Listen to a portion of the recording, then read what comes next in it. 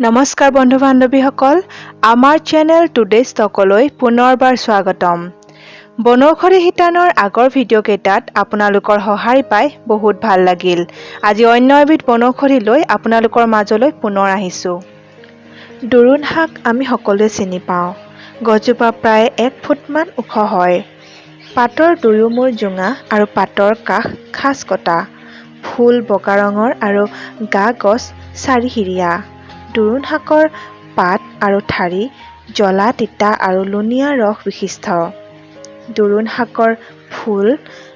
কামোদ্দীপক পুষ্টিকৰ আৰু কৃমিনাশক দুৰুণ শাক ঔষধি গুণেৰে ভৰপূৰ ইয়াৰ আঞ্জা কৰি আৰু পাতত দি খাব লাগে ভোক নালাগিলে বা পেটৰ শব্দ হৈ থাকিলে দুৰুণ বনৰ আঞ্জা কৰি বা পাতত দি ভাতৰ লগত দিনে এবাৰকৈ একেৰাহে 10-15 দিন ব্যৱহাৰ কৰিলেই ভোক লগা আৰম্ভ হয় আৰু পেটৰ সমস্যাবোৰ দূৰ হয় দুৰুণ বনৰ পাতৰ ৰস 2 টোপালত 4 টোপাল মৌ মিহলাই দিনে দুবাৰকৈ 2-3 দিন খালেই পানী লগা আনকি ইনফ্লুৱেঞ্জাও ভাল হয় বাধক বেদনা দুৰুণ বনৰ পাত 5টা আৰু দুৰুণ বনৰ ফুল 5 পাহ আৰু জালুক 3টা পিহি মাহেকীয়া হোৱাৰ সময়ত ৰাতিপুৱা খালী পেটত দিনে এবাৰকৈ 10-12 দিন খালে ভাল হৈ যায়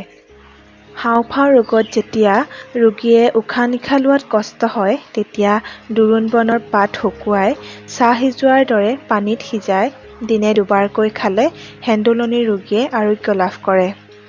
কুম জলকীয়াই খোৱা কুম জলকীয়া খালে যদি বিষ হয় ফুলি উঠে গা জিনজিনাই বা মূৰ্ছা যায় চকুৱে ধোঁৱা কোৱা দেখে তেতিয়া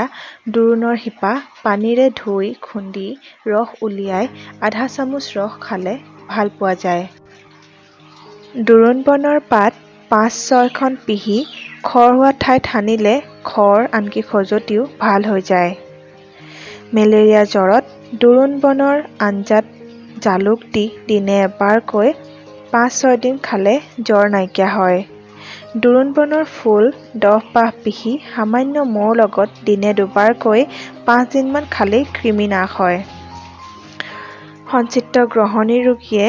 দুৰুণ বন আঞ্জা কৰি বা পাতত দি দিনে এবাৰকৈ একেৰাহে 15-25 দিন খালেই ভাল হয়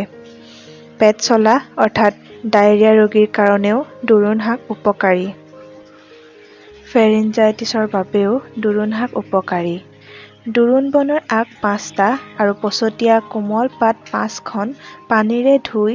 চুবাই মুখত প্ৰায় 5 মিনিট সময় লৈ থাকিব লাগে ৰসখিনি পেটৰ ভিতৰলৈ যাবলৈ দিব নালাগে কিন্তু অলপ অলপকৈ হেপ ঢুকি ৰস ডিঙিলৈকে যাব দিব লাগে এনেদৰে দিনে দুবাৰকৈ 3-4 দিন ব্যৱহাৰ কৰিলেই ফেৰিনজাইটিছ ভাল হয় গা বিষত দুৰুণৰ কোমল পাত আৰু পছতীয়াৰ কোমল পাত আঞ্জা কৰি খালে গা বিষ নাইকিয়া হয় আপোনালোকৰ চৌপাশতে পোৱা আন এবিধ বনৌষধিৰ গুণাগুণ আৰু ব্যৱহাৰৰ বিষয়ে কিছু তথ্য লৈ আপোনালোকৰ ওচৰলৈ আন এটা ভিডিঅ'ৰ সৈতে আহি আছো যদি আমাৰ ভিডিঅ'টো চাই আপুনি অলপ হ'লেও উপকৃত হ'ল তেন্তে লাইক কৰিব চেনেলটো ছাবস্ক্ৰাইব কৰিব আৰু আন 10জনক শ্বেয়াৰ কৰিব তেতিয়ালৈকে ধন্যবাদ